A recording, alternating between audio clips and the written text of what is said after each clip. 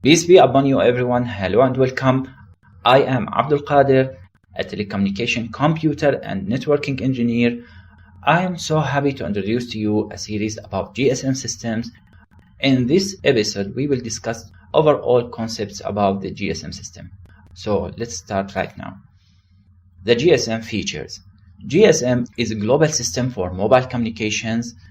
The European Telecommunication Standards Institute, ETSI, a successful worldwide network since 90s and still operating today. A second generation full digital network, traffic and signaling, replaced the first generation analog cellular networks. A public wireless network provides voice and data services. The main motivation for evolution is to increase data rates. GSM evolved over time and introduced new technologies like high-speed circuit switched data, providing throughput of 57.6 kilobit per second, also evolved into general packet radio services and adopting packet switching technology, GPRS, also known as 2.5G, providing 115 kilobit per second, then evolved into enhanced data rates for global evolution by modification in frequency modulation, edge technology also known as 2.75 generation with throughput reaching 384 kilobit per second. The GSM depends on TDMA as radio access technology, time division multiple access by dividing the carrier into 8 time slots and assign 1 time slot for one user in the full rate, so that the carrier bandwidth is shared among different subscribers in the same time.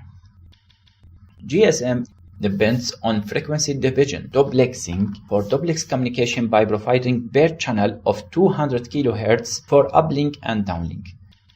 The lower range is for uplink and direction from mobile station to the BTS, and upper range is for downlink, signal direction from BTS to mobile station, with duplex spacing between these two ranges.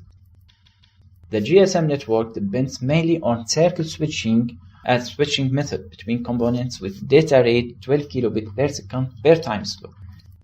Later on, packet switching is introduced by evolving into the GPRS and adding 2 main nodes, SGSN and GGSN, to the architecture of the GSM system. GSM supports interoperability with other networks, public switched telephone network, and integrated services digital networks of the fixed lines. The main element responsible to adapt signals between these two networks is GMSC. The system also supports connectivity with the Internet and public data network through GGSN introduced in 2.5 generation or the GPRS. The GSM frequency bands, we have GSM 900, GSM 900 extension band, GSM 1800 and GSM 1900. The main difference is the bandwidth range for each band, which allow differences in the number of carriers can be deployed practically depending on the wavelengths either for short or long distance.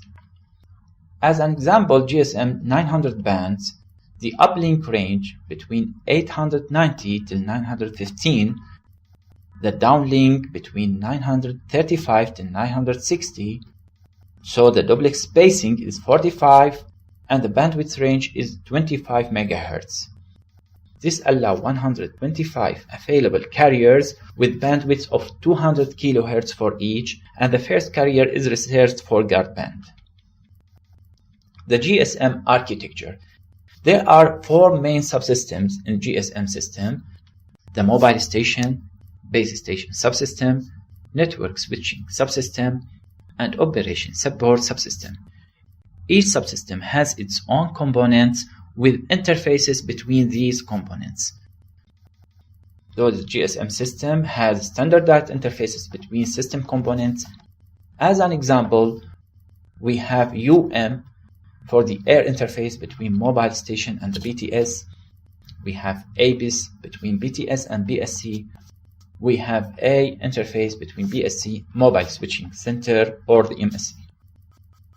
Each of these interfaces has its own protocols and technologies to support functionality and transferring data between system entities.